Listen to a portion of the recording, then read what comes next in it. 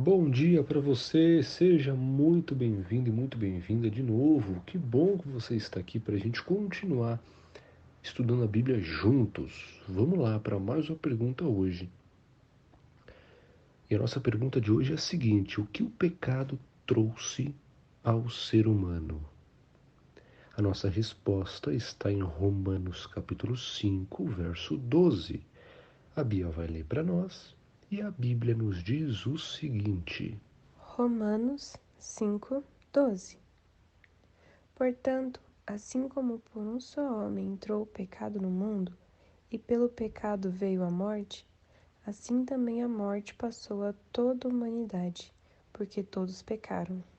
Então aí está a nossa resposta direta e reta. O pecado trouxe a morte. Ponto final. Deus nunca quis que os seres vivos morressem.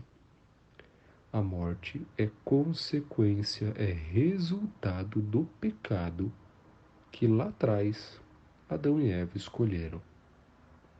Então a morte, ela é resultado da desobediência que nós falamos ontem, por exemplo. A morte é uma consequência do pecado.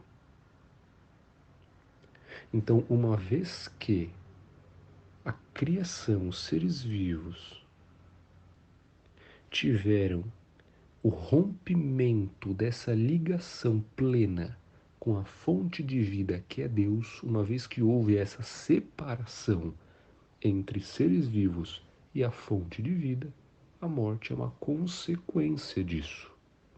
Então lembre-se, a morte é consequência do pecado. Foi isso que o pecado trouxe para nós, a morte. Uma vez que lá atrás Adão e Eva escolheram o pecado, escolheram desobedecer, a morte entrou no mundo. E ela chegou até nós porque nós somos descendentes deles. E eles, como governantes da criação, a morte passou a existir e a fazer parte da criação, da vida dos seres vivos.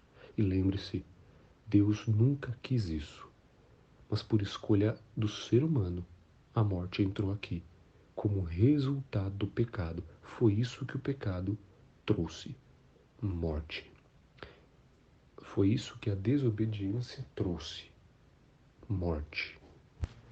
Então lembre-se, a desobediência nunca vale a pena. Ela não traz nada de bom. Vamos orar? Querido Deus, que o Senhor nos mantenha nos teus caminhos, para que muito em breve possamos receber vida eterna. E lembra-nos que desobedecer não é um bom caminho, não traz nada de bom para nós. Ajuda a gente a caminhar nos teus caminhos, em nome de Jesus. Amém. Que Deus te abençoe grandemente.